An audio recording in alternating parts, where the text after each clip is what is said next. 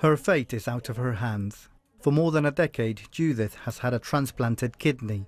But due to the severe shortage of medicines, for 4 months she's been unable to get the drugs to keep the kidney going. Ese es el miedo que me da, pues, que no tengamos medicina. Y entonces mañana pasado uno vaya, se muera. Her doctor says he has about 700 more patients in hospital, also facing the imminent loss of a transplanted kidney. Él fue mi hermano que me donó. No, entonces es una impotencia de ver de que, bueno, yo me quito una parte de mi cuerpo para hacer a mi hermana, para salvarla a ella.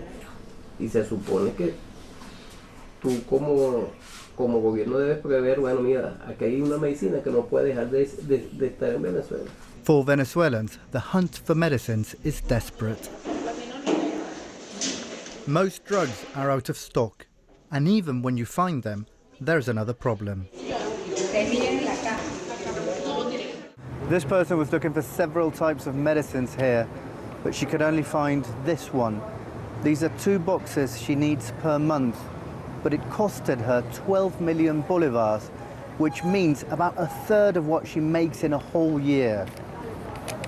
I've met other people around this pharmacy and they're saying there's no chance they could afford something like this. Critics say this is an example of the failure of the so-called socialist revolution, but the Venezuelan president says US-led sanctions prevent him from importing medicines. Things are worse away from big cities. This is Apure, in the south near the Amazon forest and one of the poorest states in the country. Here I gained very rare access to a public hospital, a place where the government does not allow the media in. Josmer is 7 months old and malnourished. The scabs on his head and body were caused by an illness related to malnutrition. His mother cannot afford his medicines once she leaves hospital. Children like these are having to get, for instance, antibiotics for a price which could be 10 times the monthly minimum wage. And the people who live in poor communities like these are absolutely unable to buy these medicines. Little Oriana has an uncertain future. She needs surgery to treat her lung failure, but her family can't afford the antibiotics to get her ready for it. A simple drug out of hands of many Venezuelans. Y cuando ve a su nieta así, ¿cómo se siente? Yo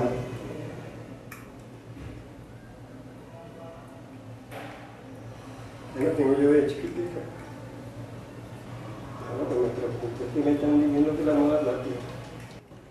For Oriana, as for so many Venezuelans, lack of medicine is an almost certain death. Vladimir Hernandez, BBC News, Caracas.